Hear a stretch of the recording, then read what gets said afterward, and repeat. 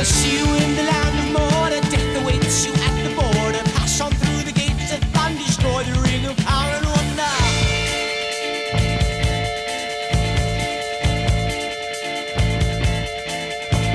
Shadows increasing, beast throughout the land is ceasing. Evil mist flows through the valley, silence wailing, never ceasing. Hey, Lord of the Rings strategy battle game fans, welcome back. This is Roman here. Today we're going to be looking at my army of Isengard. There shall be no dawn.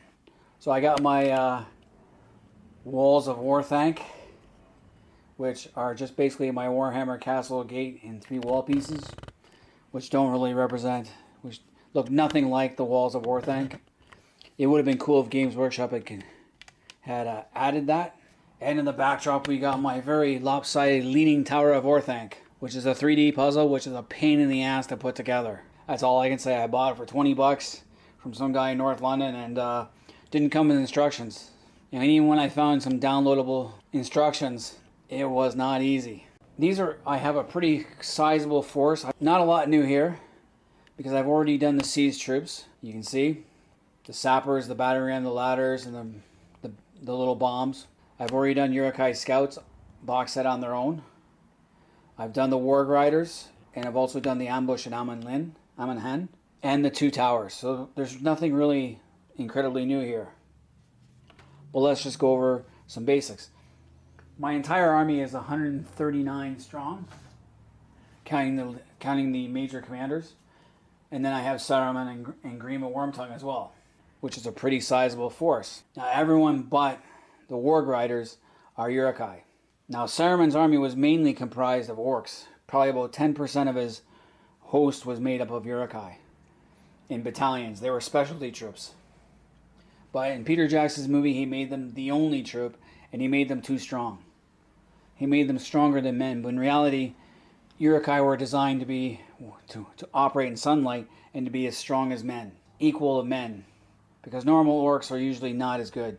Orcs destroy you by numbers, not one-on-one. So going back over this army, I have 16 sappers, 8 ladders, 4 berserkers with flaming torches on suicidal missions, with 4 of the mines, or bombs, whatever you want to call them, mines.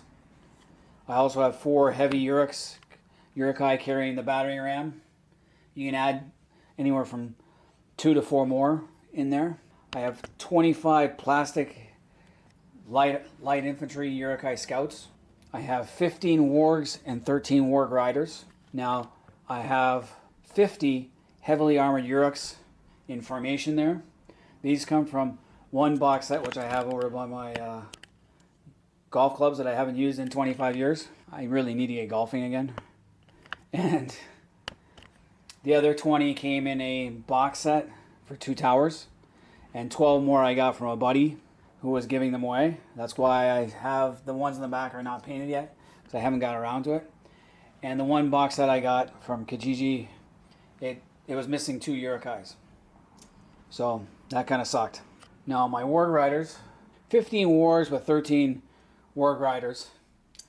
Like I said, I'm missing 2. My buddy, who I got some from, he was missing 2 of the Warg Riders. So I got 6 from him, 2 of the orcs on them. The other 6 are mine, all plastic ones. You can tell by the paint job, because a buddy painted them. And then I got 3 metal ones that I only paid like $7 for. 6 or $7 from Fan of the Sport. I had more, but I sold a couple of blister packs to upgrade my collection with something else I wanted. I also have 6 metal bowmen from 2 blister packs. Again, I didn't pay very much money for these, probably $10 each. I also have 3 Uruk Warriors. They're in the back there, all metal. Again, from Fan of the Sport. This one I did pay $13 for because it was early on. Uruks with crossbows. I got 3 of those guys. Bought the blister pack from Fan of the Sport. Paid $8 for. And then I have Uruk-Hai Berserkers, who I paid probably $10 for from Fan of the Sport. So I had 3 of them. So Fan of the Sport had this huge collection of older Games Workshop. It was like somebody just brought in all this stuff and the guy bought it thinking it would sell, and it didn't sell. It took me a couple of years to pick it clean. So those ones are all metal, and they help fill out the set. The other 3 are from the ambush at Amon Hen. There are 2 other Uruk-Hai from the ambush, but they're carrying Merry and Pippin, so I can't have them here in the army. Last and finally, I do have a Uruk-Hai command, which came with 1 standard bearer and 1 captain. There are other variations of that. I just have the 1, and then I have 3 of Lurts. This one comes from the ambush at Amon Hen. The other 2 are from other loose sets that I got over the years. I don't actually have the blister pack, which is kind of sucks. I really like having all the packaging, original packaging for these things. So I have 3 Lurtzes. 2 of them I've got the face paint on, just to give something different. And the other one could be somebody else. And then I have my Saruman. I can't remember how I got him loose somewhere. Can't really remember where, but he came from somewhere. And then I also have a Grima Wormtongue that I bought off a guy, X-Level Hobbies or Extreme Hobbies. He's from the Games Workshop store in London. I haven't seen him in a long time. I got a Grima Wormtongue from him for like $10. Now going to the heavy infantry Uruks, they come in only a couple of poses. The arms come off so you can actually rearrange the arms in different styles. Pikemen, same idea. You can slightly rearrange the arms, but they come in basically 3 basic poses. The only problem I have with the pikemen is that they're only... You see in the movie how they're all lined up, ready to attack Helm's Deep in the Deeping Wall. They got all these pikes, forest of pikes, and then all of a sudden they start booting it towards the fortress with their pikes held. You don't want to attack a fortress with pikes. That's the stupidest thing in the world I've ever seen. Pikes are only good against cavalry and against an infantry that's only armed with short-range melee weapons like swords. That's what pikes are good for. A forest of pikes. But of course, a forest of pikes, if the swordsman actually was able to get through the pikes and get at you, you're screwed. Or if cavalry were to hit you in the flanks and from the rear, you're screwed before you could redeploy. So the only time they actually used pikes was when Theodred was taking some 800-900 riders of Rohan up to attack Isengard before Saruman's army was fully gathered and ready to march. But they were ready. They dug trenches and had pikemen manning them. And that stopped Theodred in his tracks and forced him to retreat.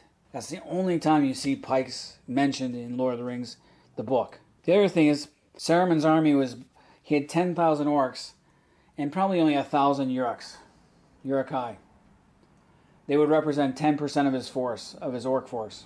He also relied on Dunlendings. So he probably had between 4,000 to 6,000 Dunlenders in his entire army. So this army would be a match for my army of Rohan.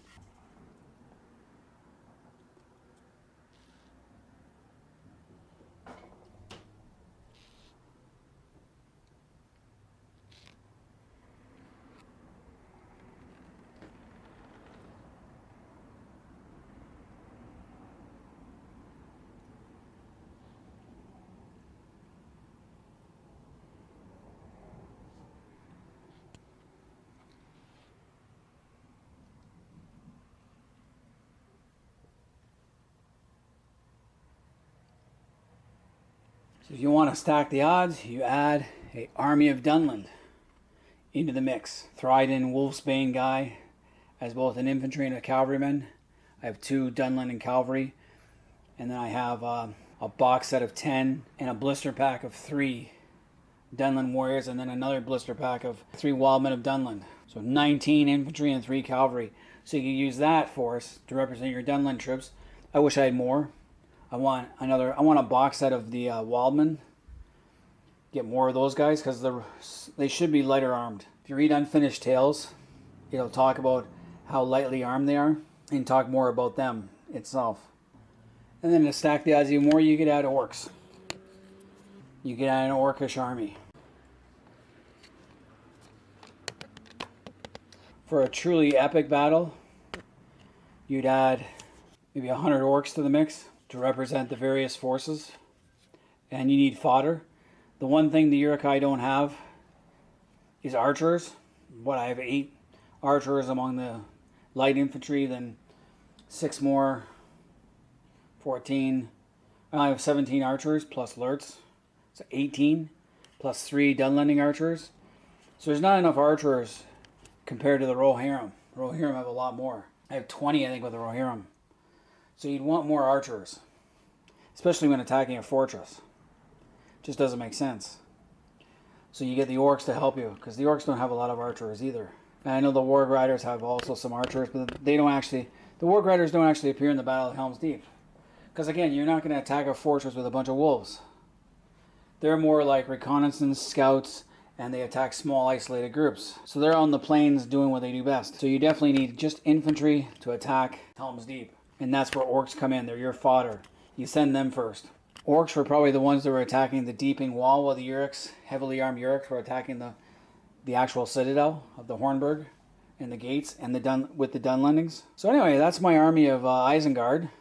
Again, like I said, you can augment it with Dunlendings and orcs and make a really impressive army. This one looks really cool. I don't have the Ballistae, but it's not a big loss because it doesn't appear in the book. I wish Games Workshop had an Isengard. That'd be cool. But again, it's only in one scene where you see Saruman sitting on top of it. No big deal. But these guys play out really well with the Battle of the Fords of Isen, ambush in Amon Hen, the ambush at Fangorn Forest where Eomer takes out the Uruk-Hai and Mordor orcs, and also the Battle of the Hornburg. They can be used for all those, or any other scenario you can think of. Anyway, that's all I have for my army of Isengard. Anyone else, let me know what you guys have, how big your Isengard army is. I know I should go by points, but I don't. Too much calculation in that one. And leave comments in the comment section. Hit the like button. Subscribe if you're not already subscribed. And until next time, this is Roman Daysel. I'm out of here.